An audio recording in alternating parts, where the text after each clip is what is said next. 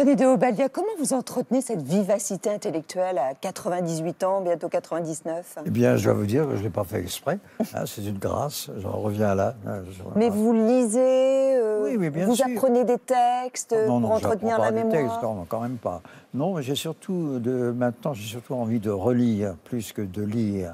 J'ai envie de relire Diderot, j'ai envie de relire Voltaire, Cervantes. Du Obaliah. À la rigueur, non, je préfère Cervantes, je préfère. Mais il me faudrait une autre vie. Vous avez aussi dans Perles de vie ce proverbe russe: pour devenir centenaire, il faut commencer jeune. Oui, j'ai oublié, ben oui. Vous avez commencé très tôt, vous. J'ai commencé très tôt.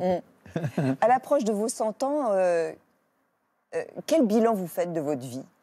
Eh bien, que j'ai eu de la chance, puisque j'ai obéi à ma vocation, qui était d'écrire, que j'ai obtenu une audience, et donc comme je vous disais tout à l'heure, une relation avec les autres, une communication, et que je reçois beaucoup de lettres de gens qui aiment mon œuvre, qui me disent grâce à vous, j'aime vivre, j'aime vous lire, parce que ça me réconforte. C'est une récompense pour moi. Parce que le reste, la vie, le sens même de la vie, je vous dis, mais complètement étranger, comme à Socrate. Ce que vous aimez aussi, et je trouve que c'est un hommage formidable, c'est qu'il y a beaucoup d'amateurs qui jouent votre théâtre, C'est donc vrai. beaucoup de jeunes. Beaucoup de jeunes. Alors il y a aussi une raison, je peux vous le dire, c'est que ce sont des pièces de moi, des impromptus, beaucoup, où il y a 2-3 personnages seulement, et pas de décor, ce qui est économique.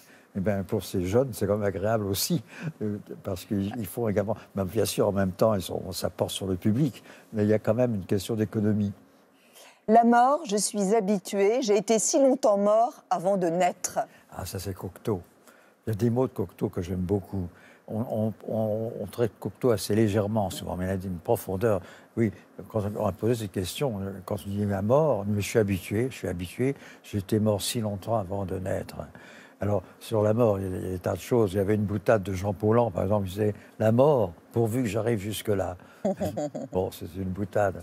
Il est plus facile de mourir pour la femme qu'on aime que de vivre avec elle. Oui, alors ça.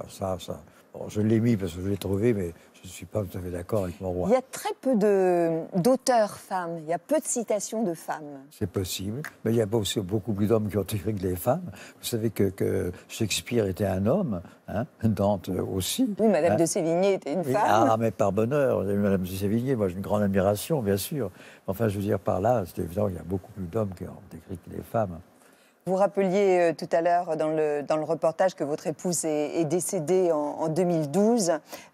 Et Alexandre Dumas fils dit « Les chaînes du mariage sont si lourdes qu'il faut être 2 pour les porter et parfois 3 ». Oui, mais je laisse la parole à Dumas. Hein.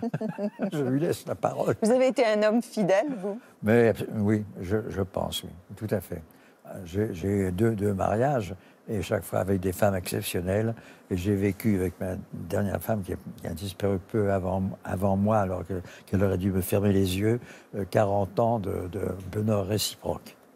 Trouvez-vous d'ailleurs que les rapports hommes-femmes évoluent, ont changé, se sont transformés?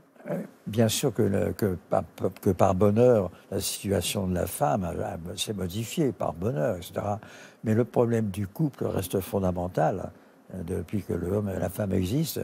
Et c'est une merveille, c'est une complémentarité superbe. Vous avez été un amoureux passionné, vous? Absolument.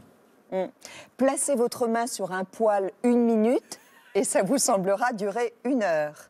Asseyez-vous 1 heure près d'une jolie fille et cela vous semblera durer 1 minute. C'est cela, la relativité. Ah oui, non, mais ça c'est merveilleux, c'est Einstein, donc, qui disait... Il était dans un petit village en Amérique, je ne sais plus où, et c'est son boucher qui entend parler de la relativité. Il veut dire, alors, Monsieur Albert, qu'est-ce que c'est que la relativité? Et c'est là où il dit cette chose merveilleuse, quand vous placez votre main 1 minute sur un feu, ça vous semble 1 heure, il faut placer à côté d'une jolie fille pendant 1 heure, ça vous paraît 1 seconde. Et c'est cela, la relativité. C'est une chose très très drôle d'Einstein. Mais vous savez qu'Einstein avait beaucoup d'humour. Et au moins, c'est simple à comprendre. Oui.